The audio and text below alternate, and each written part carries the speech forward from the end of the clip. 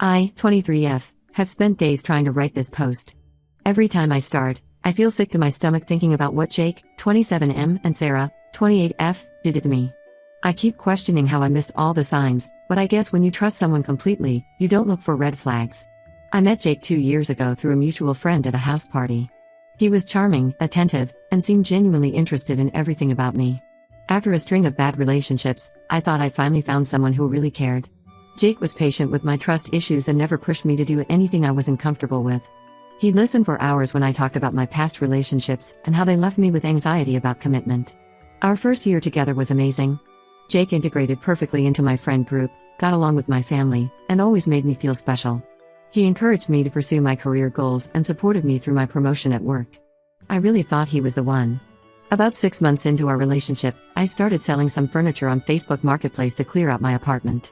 That's how I met Sarah. She bought a vintage dresser from me and we hit it off immediately.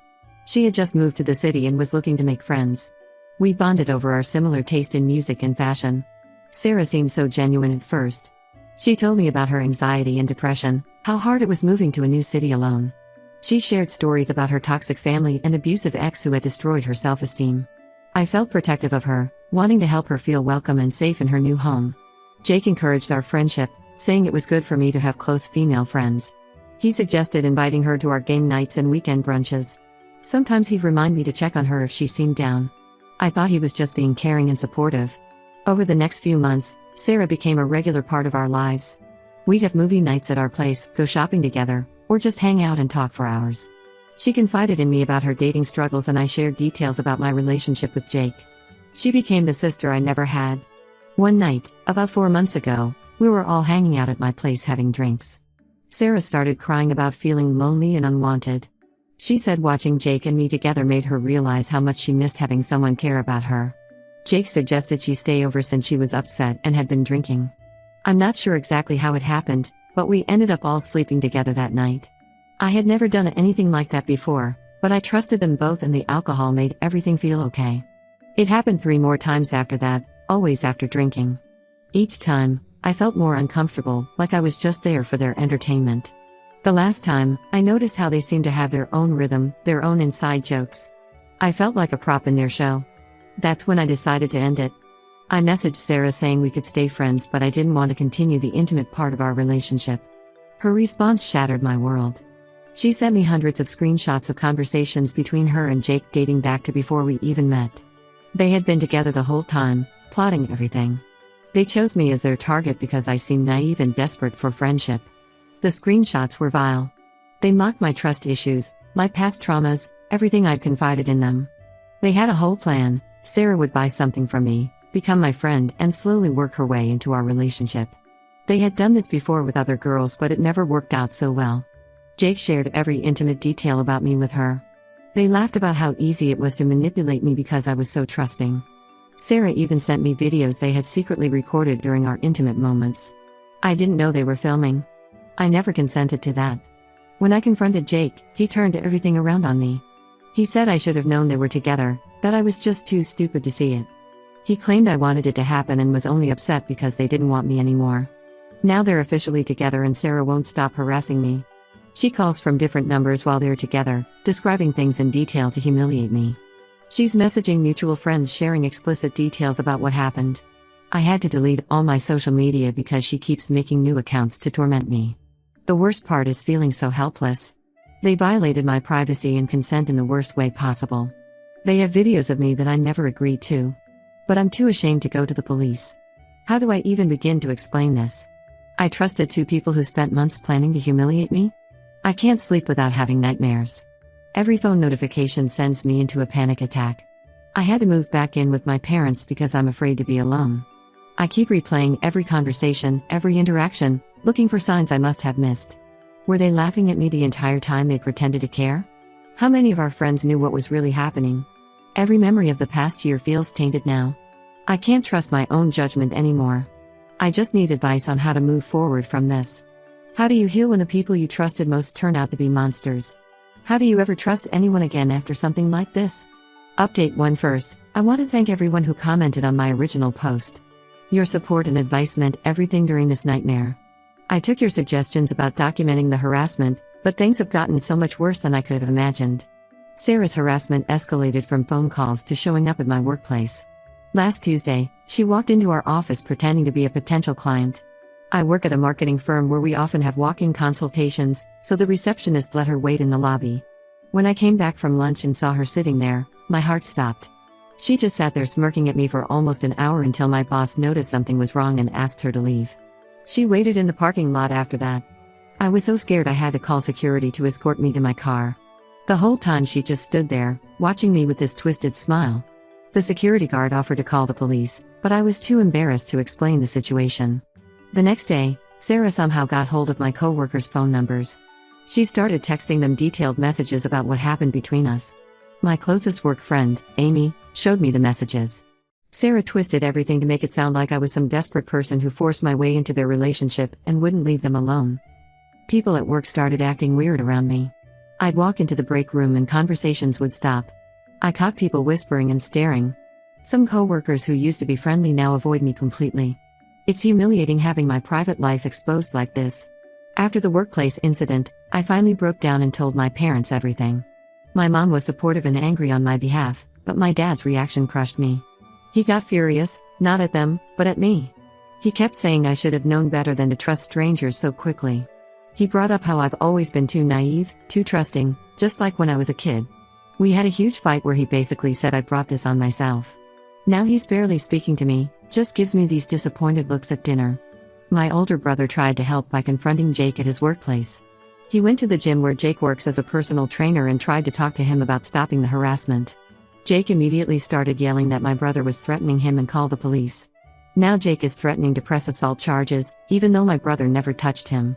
My brother could lose his teaching job if this becomes a legal issue. I feel horrible for causing problems for my family. Yesterday, I learned something that made everything even worse. Mark, Jake's best friend, reached out to me. He confessed that before I met Sarah, she was actually dating him. That's how Jake and Sarah originally met. Mark caught them cheating 6 months before Sarah ever contacted me on Facebook. Instead of warning me when Jake and Sarah started hanging out, he kept quiet because Jake was his best friend. Mark showed me old messages between Jake and Sarah from before they approached me. They had been planning this type of manipulation for over a year. The messages showed them discussing how to find someone trusting and lonely to bring into their relationship. I wasn't their first target, they had tried this with other girls but it never worked out. I was just the first one naive enough to fall for it completely. The harassment got so bad that I finally went to the police yesterday. They took my report but seemed dismissive. They said without direct threats of violence, there wasn't much they could do. When I mentioned the videos taken without my consent, the officer actually asked if I was sure I didn't know about the recording. They suggested I try getting a restraining order instead of pressing charges. I filed for the restraining order, but the hearing isn't for another month. Until then, I'm basically trapped. I had to change my phone number again because they keep finding ways to contact me. Jake's mom even called my mom to yell at her, saying I was making up lies to ruin her son's reputation. She said I was just bitter because Jake found someone better. Most of my friends have slowly disappeared. They say they don't want to take sides or get involved in drama. The few who did believe me are now scared to be around me because Sarah starts harassing them too. She sends them private details about me and makes up horrible lies about what really happened. I've never felt so alone and powerless. My anxiety is through the roof. I jump every time my phone rings or someone knocks at the door. I can't trust anyone anymore. How do I know they're not secretly laughing at me or planning to hurt me? Every time I think about how long they must have been plotting this while pretending to care about me, I feel physically sick. The worst part is that they're still together, living their lives like normal while mine is completely destroyed. They get to be happy while I'm left dealing with panic attacks and trust issues. I don't know how to move forward from this. How do you rebuild your life when the people you trusted most turn out to be sociopaths who enjoy destroying others? Update 2: Just when I thought this nightmare couldn't get worse, everything exploded again. The restraining order hearing finally happened last week, and it was a complete disaster. Sarah and Jake showed up with an expensive lawyer who turned everything around on me. They brought printed screenshots of texts where I had reached out to Sarah after everything happened, asking to talk things through. The lawyer twisted these messages to make me look obsessed and unstable. They completely left out all their harassment, the threatening calls, and Sarah showing up at my workplace. Their lawyer painted this picture of me as a bitter ex who couldn't accept that Jake had moved on. He even suggested I had manipulated them into the intimate situations, not the other way around. The judge seemed confused by the whole situation, probably because their lawyer kept interrupting whenever I tried to explain the full story. But here's where things took an unexpected turn. A girl named Rachel reached out to me after seeing my original Reddit post. She recognized Jake and Sarah's pattern because they did the same thing to her last year in Denver. Her story was almost identical to mine. They befriended her when she was going through a rough time, gained her trust, and then systematically destroyed her life for fun. Rachel sent me everything: old photos of them together, screenshots of conversations, even a police report she filed that went nowhere. She showed me their old dating profile where they specifically looked for sweet, trusting girls to have fun with. It was all there in black and white. They were predators who got off on manipulating people. I immediately took this evidence to my lawyer, but it was too late to submit it for the hearing. The judge denied my restraining order request because there wasn't enough evidence of immediate physical danger. Sarah sat there smirking the whole time, and I saw them laughing together as they left the courthouse. The day after the hearing, my younger sister came to me with something that made me physically sick. She confessed that Sarah had contacted her on Instagram months ago, before I even met her. Sarah was fishing for information about me, asking about my relationship history and trust issues. My sister thought it was weird but didn't want to seem paranoid by telling me. She's devastated now, blaming herself for not warning me. Then my roommate admitted something too. About 2 months into my friendship with Sarah, she had let her into our apartment when I wasn't home. Sarah claimed she needed to return something of mine but instead went through my entire room taking pictures of personal items and going through my journals. That's how they knew so many intimate details about my life. I ended up having to quit my job. Even though my boss was understanding, he said the situation was affecting workplace morale. Sarah would show up randomly, causing scenes in the lobby. Some co-workers complained about feeling unsafe, and clients were starting to notice the tension. I don't blame them. I would feel uncomfortable too. I found a new job in a different part of town and moved to a new apartment. Rachel has been an incredible support through all of this. She's helped me document everything and connected me with other women who had similar experiences with Jake and Sarah. We're thinking of starting a support group for victims of manipulation and betrayal. The more I learn about them, the more horrified I am. This wasn't just some twisted game that got out of hand. They deliberately target vulnerable people. They spend months planning how to gain someone's trust just to destroy them. Rachel told me they even kept score of how badly they could hurt their victims. I'm still struggling, but at least now I know I'm not crazy. These people are predators who get pleasure from destroying lives. I just wish I had seen it sooner. The worst part is knowing they'll probably do this to someone else, and there's nothing I can do to stop them. Update 3: This will be my final update. Rachel and I took action after connecting with other victims. We created a private Facebook group called Survivors of Manipulation without mentioning Jake and Sarah specifically. Within weeks, 5 more women found us and shared similar stories. Their pattern was calculated and consistent. 3 women were from our city, 2 from Denver where Jake lived before. All of them shared the same experience. Jake or Sarah would befriend them when they were vulnerable, pretending to offer support and friendship. They'd spend months building trust before manipulating their victims into compromising situations. Then they'd start the harassment and humiliation. 2 women were actually from Jake's workplace, the gym where he worked as a trainer. He had done this long before meeting Sarah, using his position to target clients going through difficult times. 1 woman had just gotten divorced, another was struggling with self-esteem issues. He used their vulnerability against them. With multiple victims coming forward with evidence, the police finally took our complaints seriously. The cyber harassment and non-consensual recordings violated several laws. Both Jake and Sarah are under investigation now. The gym fired Jake after learning about his pattern of targeting clients. Sarah completely lost it when she found out about the investigation. Last week, she showed up at my new apartment screaming about how I'd ruined her life. I still don't know how she found my address. She was banging on my door at 2 a.m., threatening to expose me. My neighbor called the police and they actually arrested her this time for violating the new restraining order we got with all the additional evidence. Jake tried to save himself by turning on Sarah. He reached out through a mutual friend claiming she was mentally unstable and had manipulated him too. But Rachel had saved messages proving he was actually the mastermind behind most of the harassment. He was using Sarah's emotional instability as cover for his own actions. I'm still dealing with anxiety and trust issues, but I'm getting stronger. My dad finally apologized for blaming me. Seeing other victims come forward made him realize this kind of manipulation could happen to anyone.